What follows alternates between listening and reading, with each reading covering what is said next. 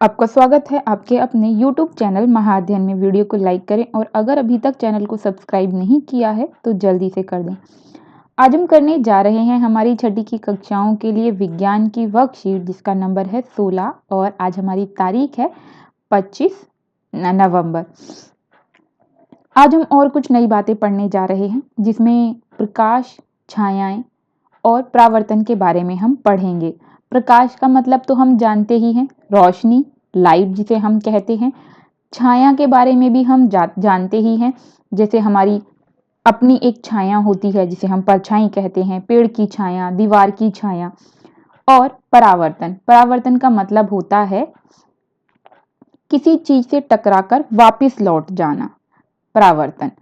इसके बारे में आज हम कुछ और खास बातें पढ़ेंगे। तो अगर प्रकाश किसी सतह से टकराकर वापस लौटता है तो ये परावर्तन है, या कोई दूसरी वस्तु किसी चीज से टकराकर वापस लौट आए तो वो परावर्तन कहलाती है।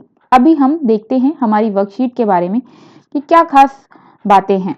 विद्युत के यानी कि लाइट के चले जाने के बाद रात में जब हम पुस्तक पढ़ते हैं तो क्या हमें दिखाई देता है? तो हम कहेंगे नहीं, हमें दिखाई नहीं देता। क्यों दिखाई नहीं देता? क्योंकि उस वक्त कमरे में प्रकाश नहीं होता। हमारे पास आंखें हैं, उसके बाद भी हम देख नहीं सकते अगर प्रकाश ना हो तो प्रकाश कमरे में किसके जरिए से होता है? तो हम कहेंगे बल्ब से होता है। प्रकाश का जरिया या स्रोत कौन है? बल्ब है। इसी तरह से अगर हम पृथ्वी की बात करें कि पृथ्वी को कौन प्रकाशित करता है, पृथ्वी को रोशनी कौन देता है, तो हम कहेंगे सूर्य देता है। और ऐसी वो सभी वस्तुएं जो प्रकाश का उत्सर्जन करती हैं, यानी कि जिनके अंदर से प्रकाश निकलता है, उन्हें कहते हैं दीप्त पिंड। और इसीलिए सूर्य एक प्राकृतिक दीप्त पिंड है, क्योंकि उसे प्रकृति ने बनाया है, वो प्रकृति द्वारा निर्मित है। वहीं अगर हम बल्ब की बात करें तो उसे मानव ने बनाया है, इसीलिए उसे मानव निर्मित दीप्त पिंड कहेंगे।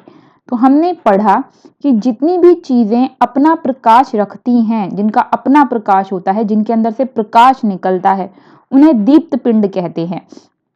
और जो चीजें प्रकृति द्वारा बनाई गई हैं या प्रकृति द्वारा निर्मित हैं, जिनमें से प्रकाश निकलता है, उसे हम प्राकृतिक दीप्त पिंड कहेंगे। और जिसे मानव ने बनाया है, उन्हें हम मानव निर्मित दीप्त पिंड कहेंगे।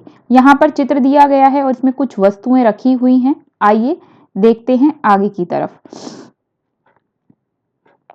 सबसे पहले हम पारदर्शी चीजों की बात कर रहे हैं। ऐसी वस्तुएं जिनके अंदर से प्रकाश आर पार दिखाई देता है, उसे हम पारदर्शी वस्तु कहते हैं। जैसे आपके घर में खिड़कियों पर सफेद कांच लगा होता है और उसके आर पार हमें दिखाई देता है और प्रकाश भी उसके अंदर से एक तरफ से दूसरी तरफ चला जाता है, यानी प्रकाश रुकता नहीं है। तो ऐसी चीजें पारदर्शी होती हैं, यानी कि शीशा एक पारदर्शी वस्तु है।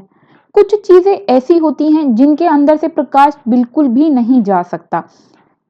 जैसे दीवार के बाहर प्रकाश नहीं जा सकता। आपने कमरे के अंदर अगर प्रकाश किया है और आपने अगर दरवाजे खिड़की सब बंद कर दिए तो प्रकाश उनसे बीच से होकर नहीं जा सकता। जैसे शीशे के बीच से होकर प्रकाश दूसरी तरफ जा सकता है, वैसे खिड़की, दरवाजे या दीवार से प्रकाश बाहर नहीं जा सकता। तो ऐसी वस्तुएं जो अपने अंदर से प्रकाश को नहीं गुजरने देती, उसे हम अपारदर्शी कहते हैं। अपार मतलब पार नहीं जाएगा, पार दिखाई नहीं देगा। दर्शी मतलब दिखाई देना, पार आपको पता ही है, साथ में लगा हुआ है। जिनके पार दिखाई न दे वो अपारदर्शी और जिनके पार दिखाई दे वो पारदर्शी। अब कुछ चीजें ऐसी भी होती हैं जिनमें से प्रकाश थोड़ा थोड़ा गुजरता है, मतलब वस्तु हमें साफ दिखाई नहीं देगी, या उसमें से अगर हम आर पार देखेंगे तो हमें धुंधला नजर आएगा, साफ नजर नहीं आएगा। अगर हम उदाहरण की बात करें कि ऐसी कौन सी चीजें हैं जिनमें से हमें आर पार नजर आता है, तो थोड़ा थोड़ा नजर आता है, पूरी तरह नजर नहीं आता। तो आपको याद होगा जो बटर पेपर होता है, बटर पेपर को जब उस पर बटर लग जाता है, उसके बाद जिस तरीके की उसे अगर हम आंखों के सामने से दूसरी तरफ देखने की कोशिश करें तो कुछ धुंधला धुंधला दिखाई देता है, हमें एकदम स्पष्ट दिखाई नहीं देता। बिल्कुल इसी तरीके से अगर हम पॉलीथीन की बात करें, आपने पॉलीथीन को देखा होगा, जो हल्की पॉलीथीन होती है जिसमें हम सब्जियां वगैरह लेकर आते हैं, कई बार टमाटर, आलू, गाजर जैसी सब्जियां सब्जी वाला हमें रख कर देता है। उस पॉलीथीन से अगर आप दूसरी तरफ देखने की कोशिश करेंगे तो एकदम क्लियर दिखाई नहीं देगा, धुंधला धुंधला दिखाई देगा। तो वो कैसी वस्तु है? पारभासी वस्तु है। तो अब हमने 3 बातें पढ़ी, पारदर्शी, पारभासी और अपारदर्शी। पारदर्शी जिसके आर पार दिखाई देता है, अपारदर्शी जिसके अपार नहीं दिखाई देता, पारभासी जिसके अंदर से थोड़ा थोड़ा प्रकाश गुजरता है और हमें उसमें से थोड़ा थोड़ा दिखाई देता है। यहाँ पर देखिए चित्र देखेंगे तो इसमें से किरणें पूरी तरह से गुजर रही हैं, इसमें से थोड़ी थोड़ी किरणें जा रही हैं और अपारदर्शी में से बिल्कुल भी नहीं जाती। अब बढ़ते हैं आगे। नीचे हमें कुछ वस्तुएं दी गई हैं और हमें इन्हें बांटना है दीप्त पिंड में और अदीप्त पिंड में। तो सूर्य का अपना प्रकाश होता है इसलिए वो दीप्त पिंड है। किताब का अपना प्रकाश नहीं है इसलिए वो अदीप्त पिंड है। पेन का अपना प्रकाश नहीं होता इसलिए वह भी अदीप्त पिंड है। टॉर्च में प्रकाश होता है इसलिए वो दीप्त पिंड है। जुगनू के बारे में आपने सुना होगा। जुगनू एक ऐसा कीट होता है जो उड़ता है रात के समय, हमें अगर उसे हम देखते हैं तो उसके अंदर से प्रकाश निकलता है, तो जुगनू भी एक दीप्त पिंड हुआ। मेज की बात करें तो मेज में से भी प्रकाश नहीं निकलता, तो वो भी अदीप्त पिंड हुआ। तो अब यहाँ पर हमें ये लिखना है और हम जल्दी से इसे लिख देते हैं। तो ये रहा हमारा इसका आंसर। अब हमसे पूछा गया है, कहा गया है कि निम्नलिखित वस्तुओं में पारदर्शी वस्तु को हरे रंग से, पारभासी को नीले रंग से और अपारदर्शी वस्तु को लाल रंग से दिखाना है। तो चलो शुरू करते हैं।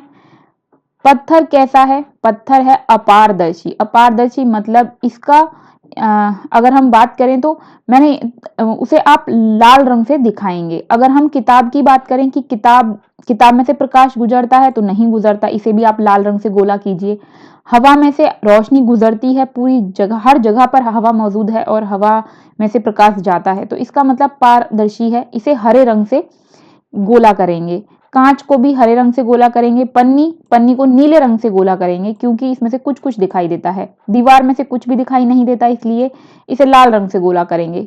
चश्मे में से भी हमें आर पार दिखाई देता है, अच्छी तरह दिखाई देता है, इसलिए इसे भी पारदर्शी। बटर पेपर को पारभासी। मैंने यहाँ पर आपके लिए सूची बना दी है और आप इन्हें गोला कर दें हरे रंग से, नीले रंग से और लाल रंग से, क्योंकि अब रंग का इस्तेमाल तो आपको ही करना है इसलिए मैंने गोले नहीं लगाए, आप खुद गोले लगा लीजिए। मैंने आपके लिए यहाँ सूची बना दी है ताकि आपका उत्तर गलत ना हो। तो फटाफट से ले लीजिए कलर और कलर कर दीजिए गोल गोल।